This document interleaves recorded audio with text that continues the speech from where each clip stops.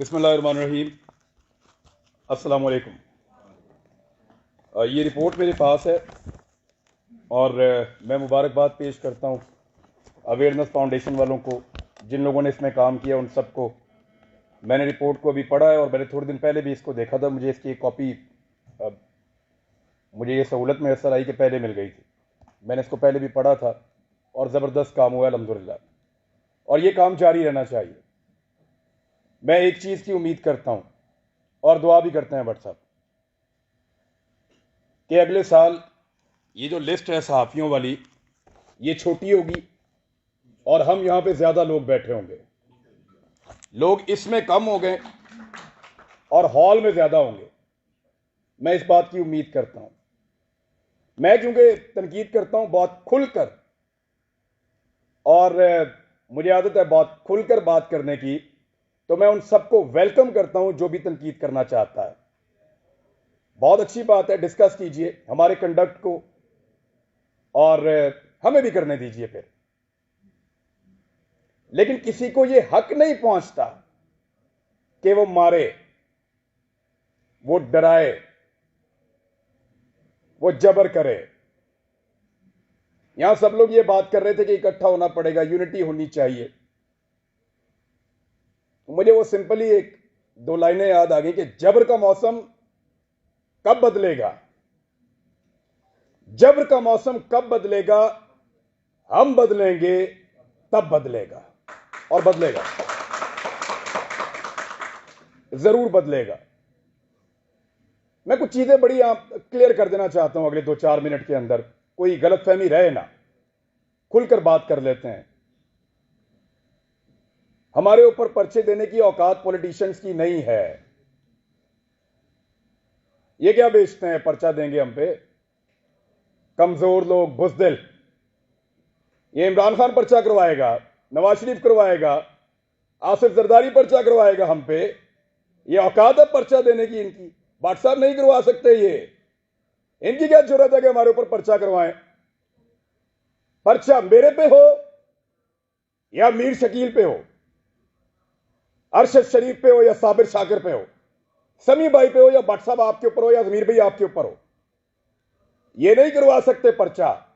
ये जो पर्चा हमारे ऊपर होता है ना, बगावत का, गद्दारी का, इसके कॉपीराइट ही नहीं है पॉलिटिशियंस के पास। हर चीज के कॉपीराइट्स होते हैं ना। ये जो रियासत से बगावत का और गद्दारी का मुकदमा है, इसके कॉपीराइट इन सियासतदानों के पास नहीं है, वो इनके अब्बा जी के पास हैं, पाकिस्तान की एस्टेब्लिशमेंट के पास हैं कॉपीराइट्स। गद्दारी का पर्चा, बगावत का पर्चा, वो हम पे करवाएंगे। दुनिया के किसी मुल्क में ये पर्चे नहीं हो रहे, क्योंकि सब मुल्कों को इस बात का यकीन है कि उस मुल्क में रहने वाले शहरी उस मुल्क के वफादार हैं। सिर्फ पाकिस्तान के अंदर एस्टेब्लिशमेंट को इस बात का शक अभी बाकी है कि यहां पे गद्दार भी हैं और बागी भी हैं। क्यों शक करते हो? क्या मसला है आपका? ये कहना चाहिए, वो नहीं कहना चाहिए, सवाल ही तो पूछते हैं। हम करते क्या है?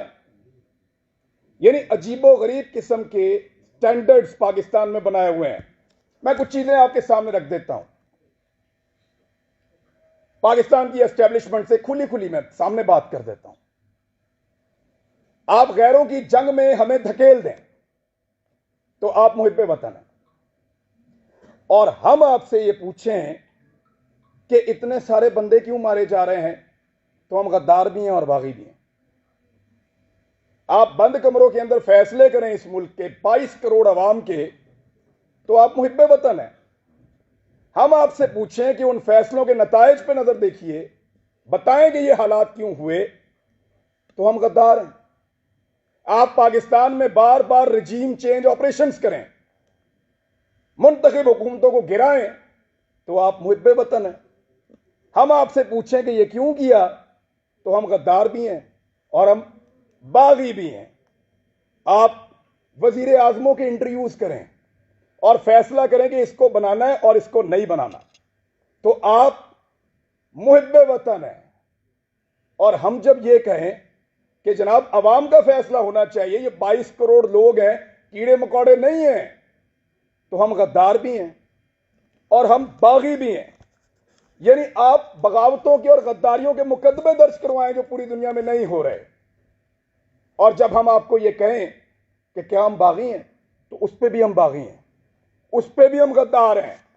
यानी अजीबोगरीब किस्म का क्राइटेरिया बनाया हुआ है।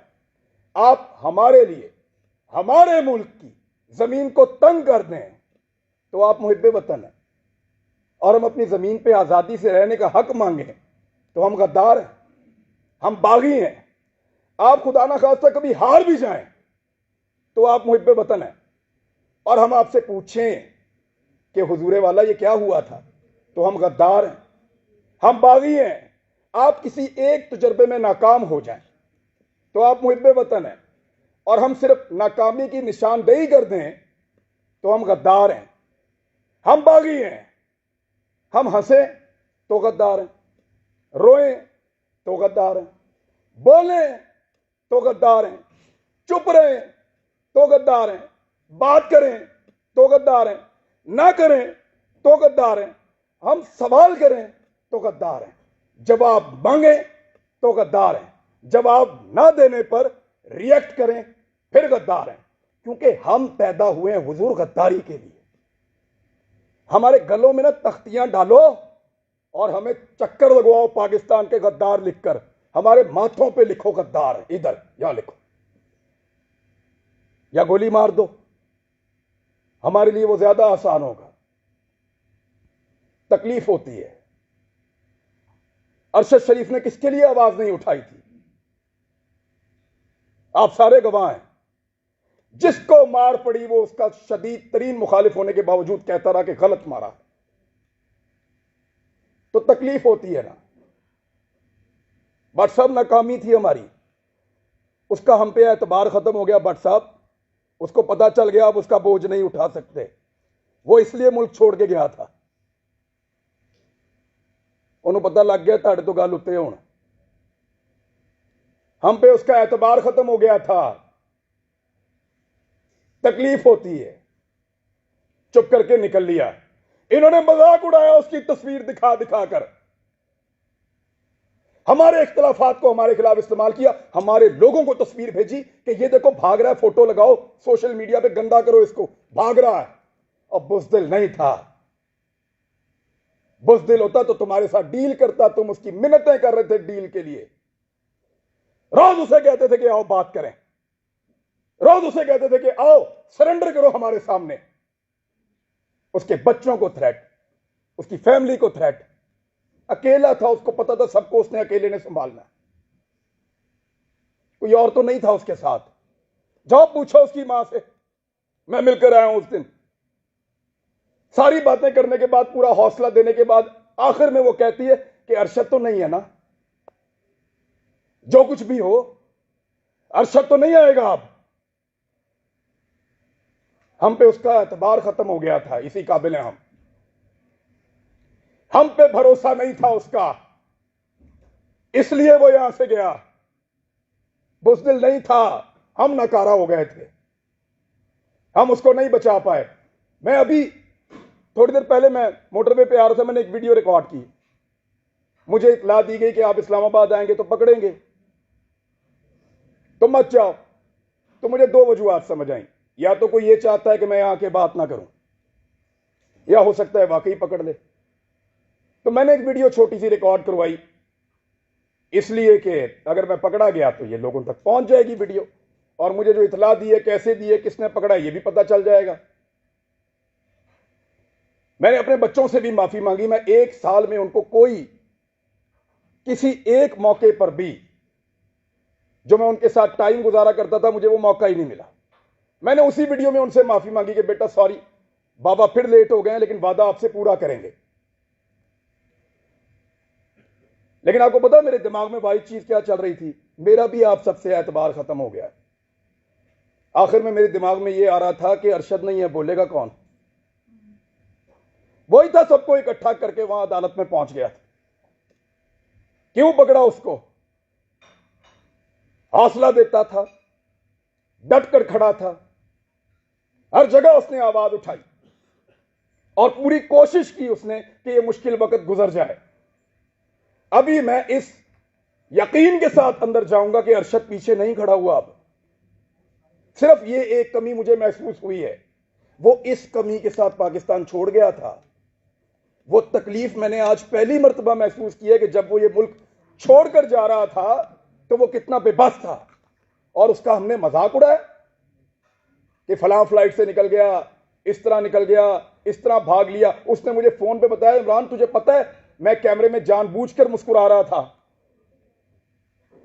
वो इसलिए कि मुझे पता था ये मेरा मजाक उड़ाएंगे। मजाक उड़ाते हो यार, पहले जमीन तंग करते हो, फिर कोई यहां से चला जाए तो उसका मजाक उड़ाते हो। क्या बंदूक लेकर तुम्हारे गले पड़ जाए वो?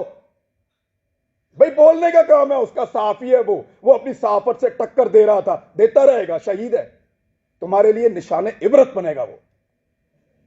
मैंने पहले कहा था, आज फिर कह रहा हूं कि तुम्हें सिर्फ मारना आता है, हमें और बहुत कुछ आता है, और वो हम इंशाल्लाह करके दिखाएंगे। सिर्फ हमें मारना नहीं आता।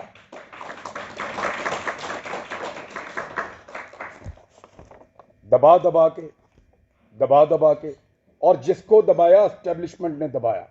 अहमद मीर का प्रोग्राम मैं बड़ा खुश था उस दौर में जब बंद हुआ,